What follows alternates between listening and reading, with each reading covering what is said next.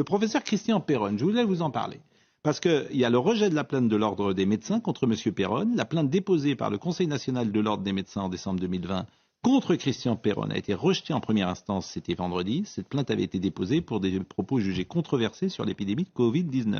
Et il était ce matin chez Sud Radio, chez notre ami Berkoff, M. Perron. Donc je vous propose de l'écouter, parce qu'évidemment, personne n'en parle là encore. Quand tu es accusé et que tu n'es pas dans la bonne ligne, tout le monde en parle, mais quand ce matin il est lavé de tout soupçon, depuis vendredi, alors là personne n'en parle. Ils ont fait appel, le Conseil national a fait appel de cette décision. Lui, il a vécu la mort sociale, là, vraiment. Bien sûr, vraiment. bien sûr. Bien sûr. Encore en poste. Oui, il est pas... mais il est infectiologue. Mais c'est comme le professeur Raoult, qui a d'ailleurs demain à l'Élysée, vous aurez Delfrécy qui aura la Légion d'honneur, vous aurez tous les membres du Conseil. Bon, voilà. Et il y a les bons et puis les mauvais. Voilà. Qu'est-ce que vous voulez que je vous dise? Il doit l'avoir déjà la Légion d'honneur, Raoult. Monsieur, je suis pas sûr. Écoutez le professeur Perron avec André Berkoff.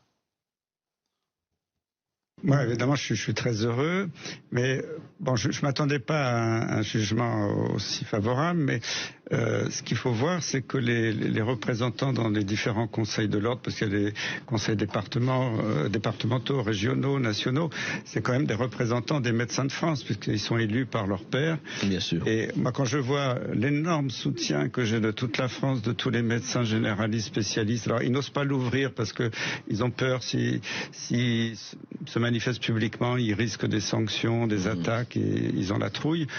Mais je me disais, c'est pas possible. Il y a la majorité de la communauté médicale française qui me soutient. Et là, j'étais ravi de voir que le Conseil de l'Ordre, c'était vraiment le reflet de la communauté médicale française. Il a été démis de ses fonctions quand même de chef de service fin 2020, suite au dépôt de plainte du Conseil national de l'Ordre des médecins. Il devrait demander sa réintégration avec cette décision. C'est un cas très intéressant, Perron, parce que moi je me souviens d'avoir fait des débats avec lui au tout début du Covid. Il était très respecté, invité partout, etc. Bien sûr. Et en fait, à un moment donné, parce que c'est vraiment son métier, sa spécialité, son discours a varié de la doxa. Et en fait, ça prouve, je sais pas qui a raison, qui a tort, moi je suis pas du tout spécialiste de ça, mais ça prouve que sur ce sujet du Covid, pendant le confinement et pendant les mois qui ont suivi, il y a eu vraiment une doxa, un peu comme dans les dictatures. Il fallait pas en dévier. Et si vous disiez, il y a eu des trucs, moi c'est surtout sur le plan médiatique que ça m'a frappé.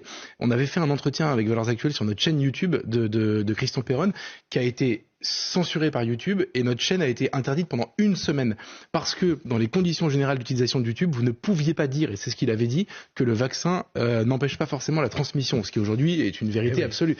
Sur ce cas-là, c'était l'URSS. Mais expliquez ça à M. Béguet qui se sera trompé de A à Z sur cette séquence. On va pas se rengoler sur le... Honnêtement, moi il a raison. Vous ne pouvez pas dire autre chose que la vérité. Et je veux dire, le vaccin n'empêche pas la transmission. Vous êtes quand même d'accord là-dessus, j'espère. Pardon, Jérôme, je voulais non, mais Jérôme, en fait, personne ne veut jamais reconnaître ses erreurs. Vous êtes quand même d'accord là-dessus, cher Jérôme. Ça amoindrit la gravité du mal que... Non, on parle de la transmission, là.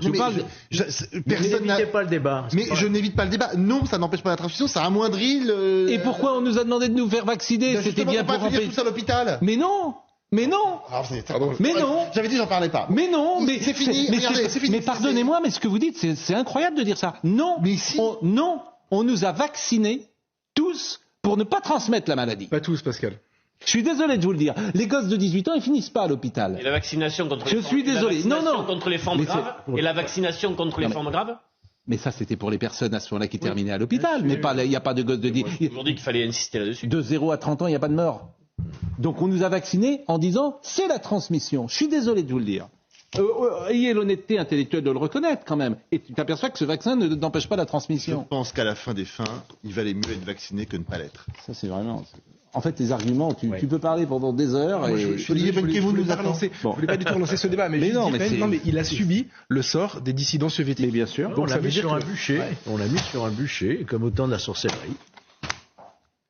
Voilà. Et toi, tu soufflais. Bon, Olivier Benkemoun. Non, mais on peut se tromper dans la vie, ça arrive régulièrement.